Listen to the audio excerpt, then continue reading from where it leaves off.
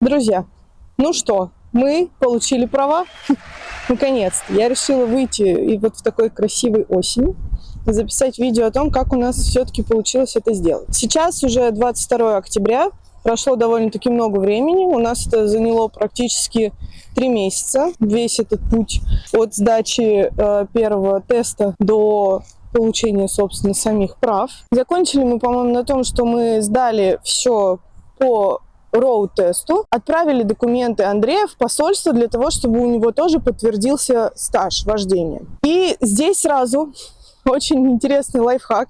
Обязательно, естественно, проверяйте все документы, которые вы получаете из консульства, посольства, потому что мы не проверили, мы подумали, что там как бы все должно быть нормально, но оказалось нет. У него сделали ошибку в дате рождения, и поэтому нам пришлось второй раз писать письмо туда с просьбой о том, чтобы нам переделали эту справку. Конечно, это заняло какое-то количество времени, благо они не стали брать с нас деньги, потому что ошибка не наша была, а их, но все равно это отложило немножечко процесс получения прав. Причем, когда мы принесли эту справку, мы не посмотрели изначально, правильно ли все было написано или нет.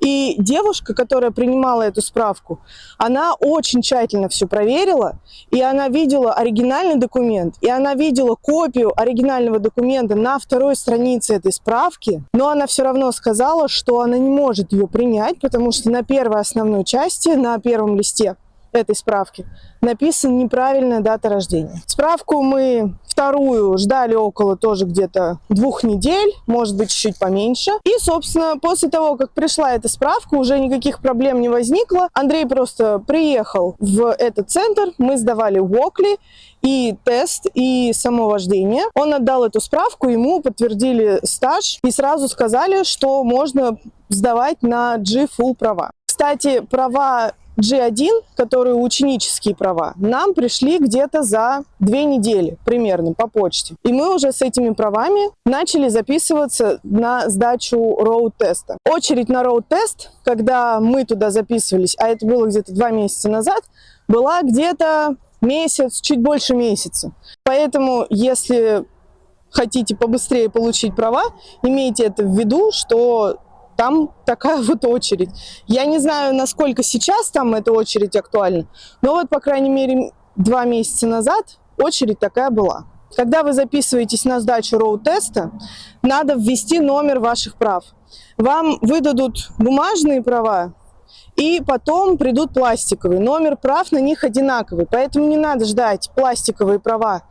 Можно сразу записываться с бумажными. И при записи там есть графа срок окончания прав. И там надо написать не тот срок окончания, который в бумажных правах, а надо написать срок окончания, который вам придет на пластиковых правах, а это 5 лет. То есть пластиковые права G1 выдаются на 5 лет. Из-за этой ошибки, если вы впишете неправильную дату окончания прав, система может не дать вам просто записаться на сдачу роуд-теста на G-Full. Ну, собственно, записались мы на G-Full. Я записалась на 25 сентября, Андрей записался ровно через неделю на 2 октября. Так получилось, потому что когда у Андрея не приняли права, мы решили, что я уже не буду его ждать, я хотя бы сдам, а там с ним как бы уже будем дальше разбираться из-за его ошибки в документах. Собственно, перед сдачей прав мы все-таки решили взять 2 урока у инструктора. Инструктор, который с нами работал, нам посоветовал сделать так. Взять 2 часа за день до экзамена или там за несколько дней до экзамена и несколько часов еще покатать с утра непосредственно в день экзамена. Мы оба так сдавали. Очень хорошая тактика. Собственно, мы сдали. Потому что есть некоторые нюансы, на которые я, как водитель, не знала, что надо обращать внимание. Например, обязательно на каждом перекрестке или где есть выезд на вашу основную дорогу, обязательно надо посмотреть, то есть повернуть головой. И все, что я, грубо говоря, делала первый час, наверное, с инструктором, это мы вот ехали по дороге, чтобы чуть-чуть разъездиться. И он мне постоянно говорил: ты не повернул головой, надо посмотреть, надо повернуть головой. И к этому немножечко сложно привыкнуть. На моей работе у одной сотрудницы муж не сдал, именно потому, что вот ему сказали, что он не поворачивал голову. А так как на сдачу прав на G-Full дается всего лишь одна попытка, то есть если вы сразу не сдали, вы должны будете сдавать на G2, и только после этого уже сдавать еще раз на G-Full, то есть там год должен пройти. У него вот так получилось, что он теперь будет ездить с правами G2 и только через год будет ездить с правами G-Full. Кстати, некоторые говорят, что можно надеть кепку для того, чтобы инструктору было легче воспринимать ваши повороты головой. Не знаю, смысл в этой кепке есть или нет, честно говоря. Андрей сдавал без кепки и тоже сдал. Собственно, вот за день до экзамена мы с инструктором час где-то покатались просто по улицам, чтобы немножечко привыкнуть к обстановке. И следующий час мы катались по маршрутам, которые теоретически, возможно, могли бы быть на экзамене. Я так предполагаю, что эти маршруты, они сильно друг от друга не отличаются. То есть, что основное самое нужно было для того, чтобы сдать на G-Full? Это несколько перекрестков проехать, повороты, выезд на шоссе, съезд с шоссе и обратно как бы к учебному центру. Самый сложный для меня момент, я не знаю, будете вы сдавать в Оттаве или в Окли или в каких-то других центрах, но вот этот вот выезд из Окли, это боль моя была, потому что когда я выезжала, там есть такая разделительная полоса, медиана, на которую ты можешь выехать, остановиться и перестроиться дальше, если у тебя свободно. Если у тебя не свободно, то ты можешь на ней стоять до тех пор, пока у тебя не появится свободное место, чтобы ты перестроился и поехал дальше. Но вот сам факт этой медианы, мы, конечно, с инструктором потренировались. Это был немножечко такой, знаете, момент, на котором я запнулась. И мне потом инструктор об этом сказала. То есть я создала помеху на дороге, непосредственно тогда, когда я сдавала. Собственно, в день экзамена мы с инструктором проехали где-то по времени час, может быть, полтора, и приехали за полчаса регистрироваться на сам экзамен. У меня время было 11, мы приехали вот к 10:30. Там, где вы берете талончики, надо вбить свою информацию, то есть номер прав, сколько раз вы выезжали на шоссе с ограничением 80 км в час, сколько раз вы выезжали на шоссе с ограничением 100, это трасса 417, если я не ошибаюсь. Прямо вот количество раз надо написать. И дальше надо вбить номер машины и марку машины инструктора или вашей машины, на которой вы будете сдавать экзамен. Мы сдавали на машине инструктора. И, собственно, на мне этот аппарат заглючил, у меня не была завершена регистрация. Но благо со мной был инструктор, который, не рассусоливая, быстро сразу подошел к одному из работников, сказал, что аппарат не работает, и нужно уже как бы регистрировать меня, потому что у меня через полчаса экзамен. И они мне дали распечатку. То есть не мне они дали распечатку, а мне потом в итоге дали распечатку. Меня зарегистрировали вручную. И все те ошибки, которые могут быть, у меня были в распечатанном виде. Не на планшете, как они отмечают, если ты электронно регистрируешься, а мне прямо распечатку дали. И после этого вы уже ничего не делаете, вы просто идете, садитесь в машину и ждете, пока к вам придет экзаменатор и начнется экзамен. Собственно, сам экзамен у меня продлился около 20 минут. У меня экзамен принимала прекрасная женщина из Венгрии, которая уже очень хотела на пенсию, она мне об этом рассказывала. Про кулинарные блюда тоже какие-то рассказывала. В общем, немножечко разрядила обстановку, потому что я, конечно, очень нервничала. Когда я сдавала, в Окли была большая очередь, поэтому там были задержки. То есть мой экзамен должен был начаться в 11 ровно, а начался он где-то в 11:20, потому что приехала я вот примерно в 11:40. Собственно, начался у меня экзамен с того, что к моей машине подошла вот эта прекрасная венгерская женщина и попросила меня завести машину, показать ей левый, правый поворотники спереди. Она пошла к задней части машины, попросила меня показать левый, правый поворотники сзади, нажать на тормоз и посигналить. После этого она села ко мне в машину, и мы, собственно, поехали. Вот этот вот выезд из Окли у меня был ошибкой, потому что я, когда выезжала на вот этой медиане, там уже стояла машина, которая выехала до меня. И я подумала, что я лучше пропущу ее и подожду, пока она выйдет с медианы, вот эта машина, которая там была, чем я как бы выйду и встану за ней, потому что там не так много места было для того, чтобы развернуться и встать хорошо, чтобы другим не мешать. Но мне потом экзаменатор сказала, что это было ошибкой, что я создала помеху людям, которые выезжают сзади меня.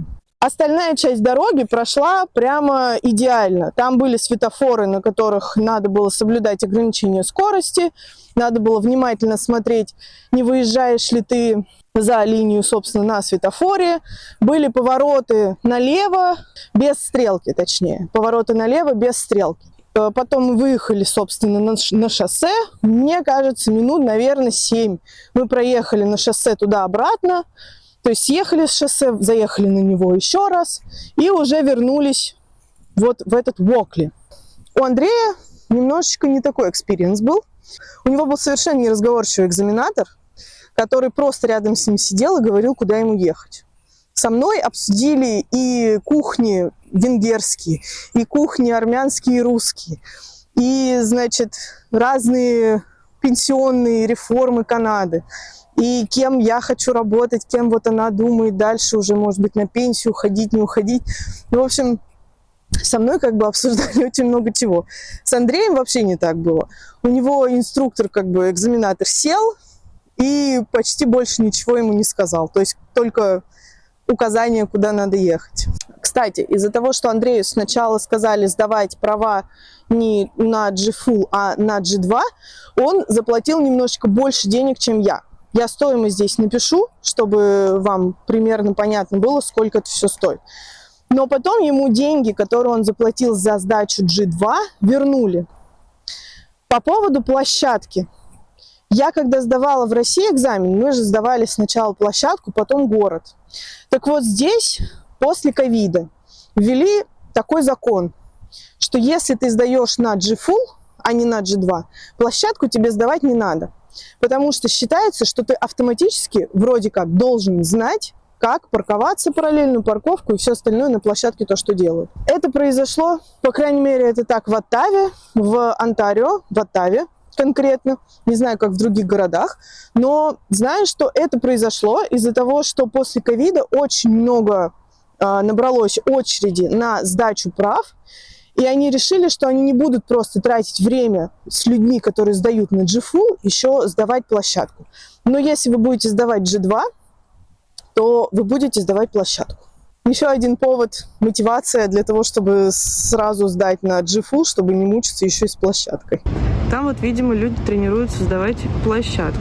Это мы приехали рядом с центром сдачи тестов и всего остального.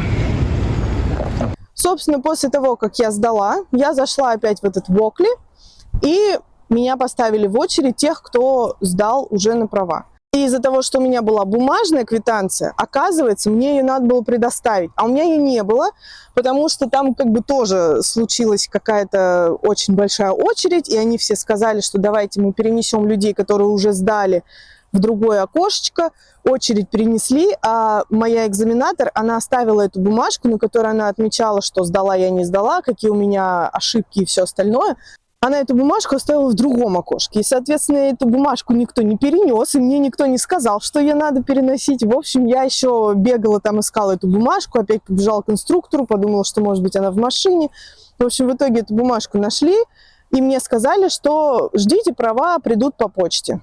И проверили, не должны ли они мне какие-то деньги. И, кстати, вот как раз когда проверяли, Андрею вот эти деньги вернули, потому что он переплатил. Собственно, права пришли где-то через 2 недели и 1 день. G-Full права на 5 лет. Вот. Так закончилось наше прекрасное приключение с водительскими правами. Мы с этими правами уже успели съездить на Ниагарский водопад, потому что это было мечтой всей моей жизни, съездить на Ниагарский водопад, посмотреть эти водопады. С этими правами уже арендовали машину, все работает, все нормально. Андрею тоже G-Full права пришли ровно через 2 недели и 1 день.